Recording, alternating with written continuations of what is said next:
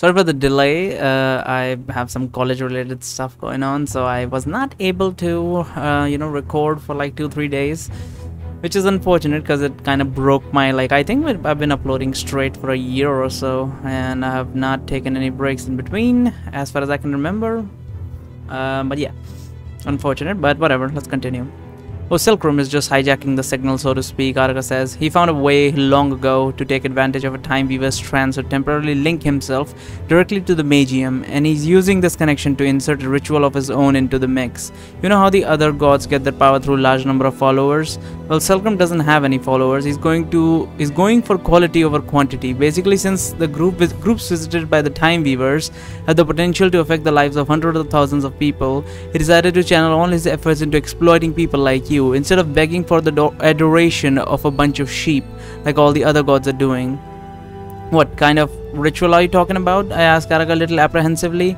Well, I don't really know all the details, Araka says, since this ritual of his always changed, but there should almost certainly be some time traveling involved in at least one of the stages. When's the ritual starting anyway? So why time traveling will we mean in forward? Because technically only you can move forward in time. You cannot really move backward in time.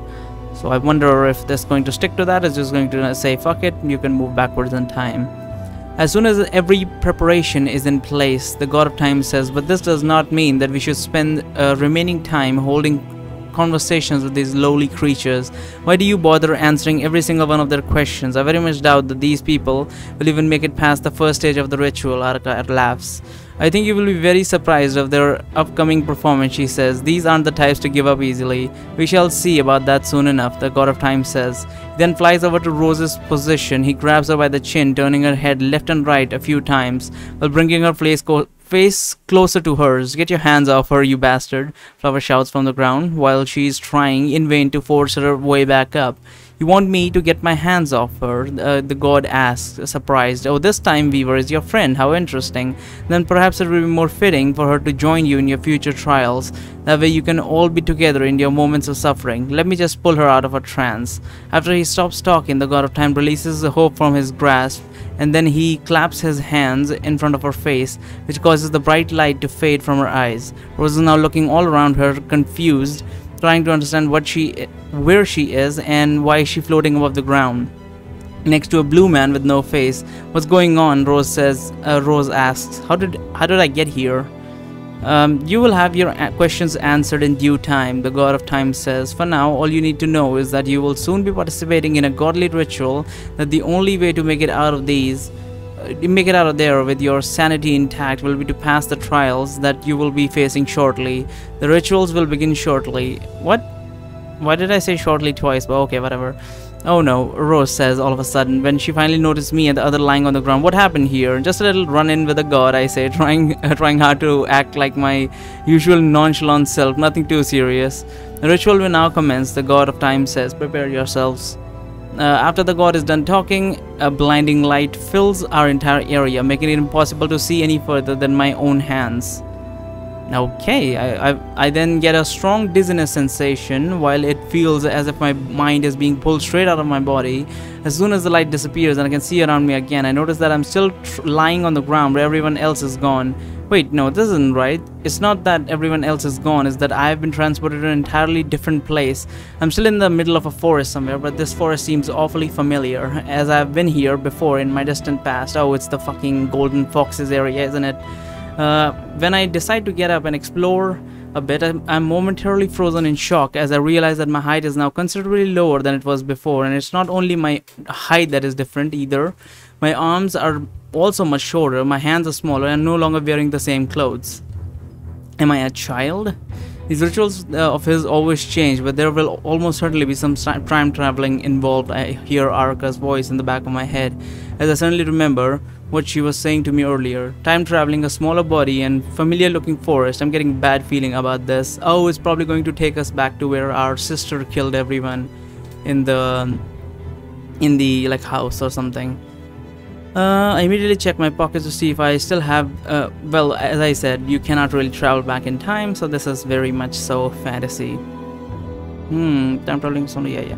Immediately check my pockets to see if I still have any of my old items, but they are they're all gone, including my stat device. If this is really the forest I think it is, and if that strong magical aura I'm feeling in the distance also belongs to whom I think it does, the god of time must have sent me back to when I was around 13 years of age. But for what purpose?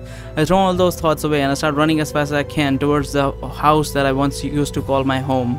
I say that I'm running towards my house, but truth be told, my home used to be more of a cabin really. It was made in almost entirely of wood, and it was somewhat isolated from the rest of the village because my father liked the quiet. We had a river close to us and we could get all the firewood we needed from this forest, so we were somewhat independent of the other town folks.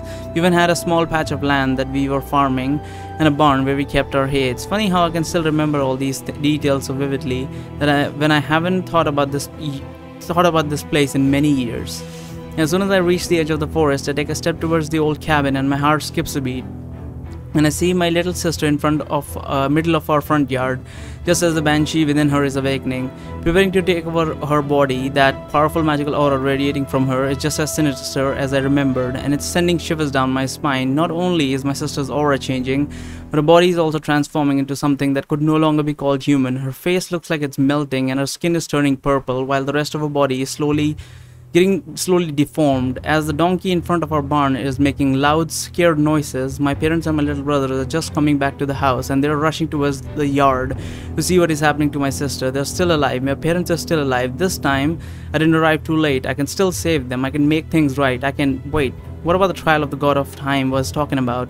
Is saving my parents part of the trial, or am I supposed to be doing something else? No, to hell with that trial. I'm being offered a once-in-a-lifetime opportunity to fix my past mistakes. I'm not going to throw it away this time. I won't be too late this time. I'm going to save them. This is... highly doubt it's actually time travel. Because even if it was, it would just change the timeline of another world rather than your world. So I don't see the point in doing whatever we need to do. I'm guessing they prefer to keep the past intact. It's not like it's going to change jack shit actually. So I like the banshee right now while she is still in the process of awakening. I do want to see that. Maybe I will do that when I do the perfect let's play or whatever. But for now, I think the best option would be wait for the banshee to attack my parents before going in for the kill. We'll keep it just the same. Quickly rush inside the barn while the donkey is still hee-hawing, and I grab the pitchfork that was lying on the ground. Do I really want to kill the banshee though? It's not really her fault that she's forced to kill other people in order to continue living. Maybe if I had reason with her. No, remember that laugh. Remember that sinister laughter that still sometimes haunts me in my dreams, even after so many years have passed. This banshee killed my parents in cold blood and she enjoyed it. She's not like a Luna. You can't reason with her. It's either kill or be killed. As I am approaching the banshee, I see that my parents and brothers have already reached her. They're trying to talk to her as if they're still my sister. Claire, my god says, my mother says, dear gods, what is happening to you? I need to call a doctor, my father says in a panic voice, or a magician, the kind that Barry's always talking about, mage. That's what they're called. This looks like some sort of magical illness. If you can find a mage doctor, maybe we can still cure her. There has to be a mage in one of the neighboring villages. Barry, there you are. Quick, come quick. Your sister is very ill. Do you know of any mage doctors in that area? There are no white mages in any of the villages around our area, I tell him. I slowly approach him with the pitchfork in my hand, and even if there was, it would be too late for her. What are you saying? My father says. And what are you doing with that pitchfork? Never mind the pitchfork, I said. Don't take your eyes off Claire. In a matter of seconds, she is going to turn into a monster, and she won't hesitate to attack you. Claire, a monster? My father says as he turns towards her apprehensively. No, that can't be what's really happening. You're joking, aren't you, Barry? Don't take your eyes off her, I tell him again with a serious tone in my voice. If she tries to kill you, I won't hold back against her. Why am I not letting... Oh, I thought I was going to let them kill the fucking banshee or whatever. As I was done talking, the banshee has already finished with her awakening. As she was preparing for a first strike, I quickly pushed my father out of the way with one hand, and with the other, I keep hold of my pitchfork. The banshee was trying to impale my father with her bare hands.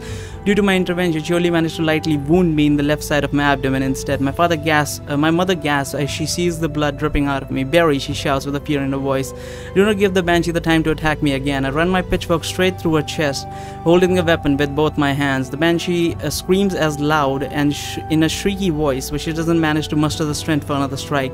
After a few more seconds, her scream and her squirming come to an end along with her life. As I drop the pitchfork from my hand, along with the banshee's body, my mother comes to hug me tightly. Then she just holds me in her arm for a few seconds without saying anything. Thank you, my mother says. Thank you so much for saving him. I can't even imagine how it would have been to lose both my daughter and my husband in the same day. She then retreats all of a sudden as she takes a look at my wound. I'm sorry, she says. I shouldn't have been pressing on your wounds like that. I'll go get some bandages and some rubbing alcohol from the house. It looks like it is only a surface level wound. There should be enough to clean it up a little. It should be enough to clean it up a little. I'll be alright. I'll be right back. This is unexpected. When I picked this option, I thought, like, you know, you can't really change the past. So I thought this is going to be more like I'm going to stand around till she kills them, and then I will move in to kill, you know, kill her. But apparently not. Not exactly what I was thinking. I'll be right back. She then rushes towards the house as my father is still apparently in a state of shock from what is happening, and my mother is crying on the ground. I did it. I actually did it. I changed the past. Even if I have to live my life all over again until I reach the age of 28, it will still all have been worth it. Even with the magic, I couldn't have dared to dream that such a thing would be possible. Now, as long as I can figure out what the God of Time ritual is and how to survive it, I should be able to